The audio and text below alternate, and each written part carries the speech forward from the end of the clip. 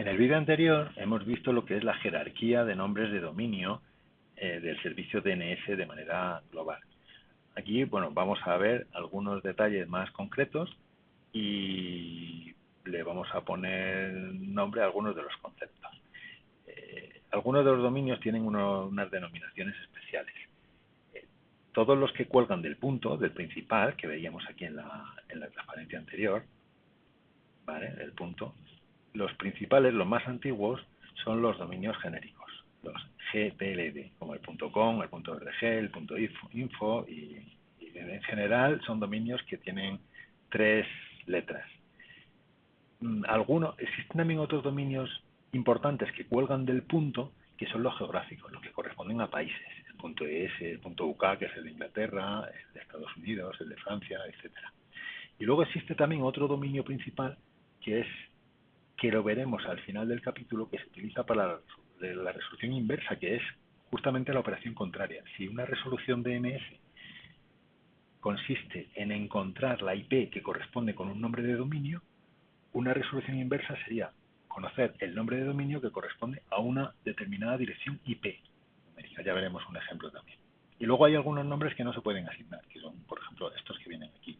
Tú no puedes llamar a un dominio .example, porque no está, digamos que cuando se diseñó el servicio, pues se decidió que estos nombres no se iban a permitir.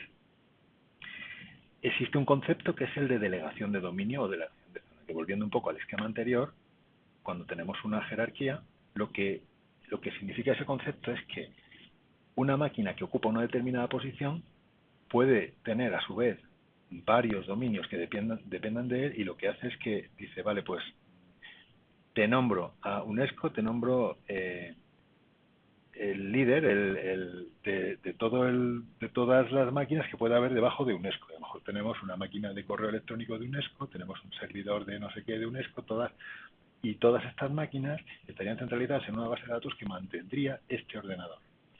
Y que es un nivel principal, se desentiende de saber cuántas máquinas cuelgan ahí debajo. Puede haber muchas, pero él solo sabe que todas las que acaben en unesco.org están aquí debajo.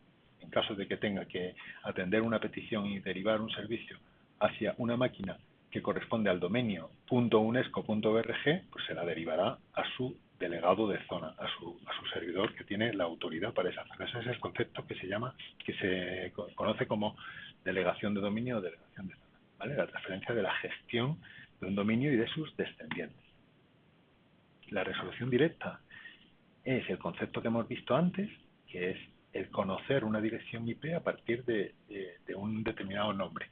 En muchos casos tenemos direcciones, cuando utilizamos nuestro ordenador hemos estado navegando y tenemos direcciones ya almacenadas. Nuestro ordenador es capaz, nuestro software cliente DNS es capaz de decirnos directamente cuál es la IP a la que tiene que conectarse a nuestra máquina cuando le pedimos algún servicio, y esa sería la resolución directa. Pero muchas veces nuestro ordenador no ha sido capaz no tiene almacenada tanta información, y cuando necesita navegar, conectarse a algún servicio, tiene que hacer una petición. Las peticiones de DNS van siempre a través del puerto 53 y existen dos posibilidades. Hacer una petición recursivamente, que es, vale, yo soy el ordenador que tiene una determinada zona de autoridad. A mí me han hecho una petición para ir al ordenador unesco.org, pero yo no sé dónde está ese ordenador. Pues como no lo sé, le hago la petición a mi inmediato superior, que es el .es. El .es, y me espero, ¿vale? El .es tampoco lo sabe, entonces le hace la petición a su inmediato superior. Su inmediato superior dice, que me has pedido por el unesco.org, pues entonces le voy a pedir al ORG. El ORG recibe esa petición y dice, ¿el UNESCO? Sí, el UNESCO lo tengo yo, está aquí debajo, vale, tiene la IP tal, y se la devuelve. Y a su vez se la devuelve a este y a este, con lo cual vuelve al ordenador que hizo la petición inicial, le devuelve la respuesta completa. Eso es lo que se conoce como una respuesta recursiva. Iterativa es simplemente es una aproximación. Dice, vale, yo no tengo la dirección, pero yo lo que voy a hacer es proporcionar la más cercana que encuentro. Y lo que hago es que le doy a mi cliente, en lugar de la dirección completa, digo, pues mira, yo no sé cuál es, pero yo sé que el .es, lo mejor tiene una respuesta y le da la respuesta de este intermedio, con lo cual mi petición inicial, si yo quiero verla respondida, lo que tengo que hacer ahora es pedirle a este. ¿De acuerdo? Es decir, le pones un poco la responsabilidad al cliente. La resolución inversa, nuevamente volvemos a ver el concepto, lo veremos en las prácticas, que es obtener una dirección, un nombre, de una FQDN a partir de una dirección IP. Y luego existen unos servidores públicos de DNS que siempre van a estar operativos, siempre se utilizan mucho porque sabemos que van a responder. Es una manera, por ejemplo, de saber que nuestra máquina está conectada a Internet. Si conseguimos que nuestra máquina conecte con estas IPs, es que tenemos Internet. Bueno, pues estos son servidores genéricos públicos que nos ofrece Google y que se pueden configurar en caso de que no tengamos un servidor nuestro. Ya tenemos aquí un comando, nslookup. Es un comando que nos permite saber la dirección IP de un servidor. Por ejemplo, yo voy a buscar aquí la de El Periódico del País y me dice, primero, ha hecho una petición a través del puerto 53. Esto es interno en mi ordenador, ¿vale? Esto es lo que ha hecho mi ordenador para buscarlo.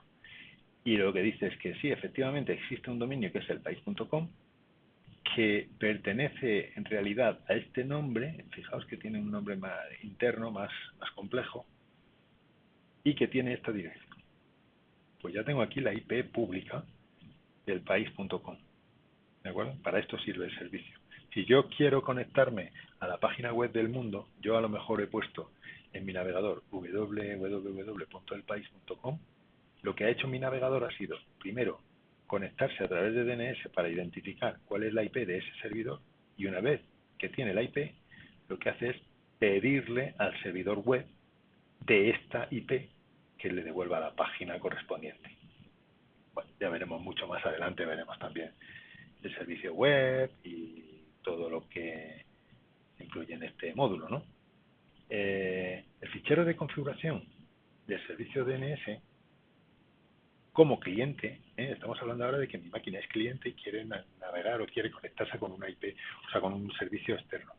Pues es este fichero de configuración. En una máquina normalmente lo que tiene es la dirección de su servicio DNS, de su servidor DNS.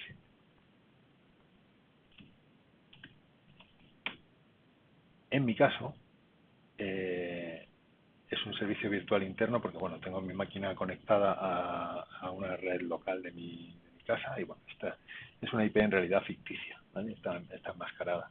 No es la IP directa del servidor de nombres. Pero yo podría tener aquí, por ejemplo, el 88.8 y estaría utilizando el DNS de Google en lugar del que me ofrece mi proveedor de servicios de Internet. El Resolver es el programa que hace esto. El programa que es capaz de traducir las direcciones. Y luego el Resolver mantiene una caché con una serie de datos guardados de las últimas direcciones a las que he navegado, y de esa manera, cuando vuelva a hacer una petición repetida, me la devolverá mucho más rápido. La caché negativa son las direcciones que no he conseguido, que he intentado, para los sitios a los que he intentado navegar y no me han dado nada, no he podido conectarme con ellos porque el servicio no existía. Eso también se almacena para evitar volver a hacer peticiones inexistentes. Entonces, si hay una página que me falla, es posible que se quede durante un tiempo en la caché negativa y me siga fallando durante un tiempo, incluso aunque la página haya vuelto a funcionar, la tendré sin darme un servicio directamente porque mi Resolver, mi programa cliente, no conecta con, o sea, la tiene en la caché negativa, la tiene, digamos, una especie de lista negra. Y ya vamos a ver lo que es la base de datos del servicio, pero todo esto lo vamos a ver mejor en la práctica. Aquí esta parte la podéis leer en la teoría. Lo que nos cuenta es que la base de datos del servicio es un fichero de configuración que hay que editar a mano y en el que hay que escribir cosas un poco complejas. Tenemos que meter esta serie de registros que, bueno, existe registros son líneas, ¿vale? Es un fichero en el que está formado por líneas y cada línea tiene una función determinada. Hay una línea que es el SOAS, que es el Server of Authority, ¿no? El servidor de autoridad. Hay líneas que dicen que están dedicadas a los servidores de nombres. Hay líneas que son otros elementos que forman parte de la red DNS. Ya veremos poco a poco y paso a paso en la práctica cómo se escriben estas líneas y cómo se activa el servicio.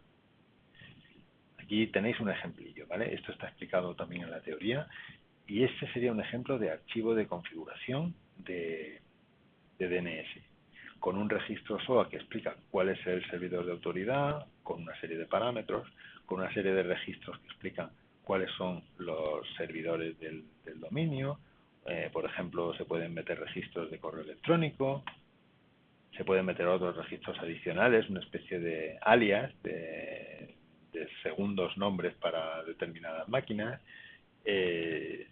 y también los registros de resolución inversa si nuestro sistema permite realizar esa resolución inversa, es decir, obtener el nombre, el nombre de dominio de alguna IP determinada. En Windows, ¿cómo se configura en Windows? Bueno, aquí vamos a cortar esta presentación y continuamos en la siguiente.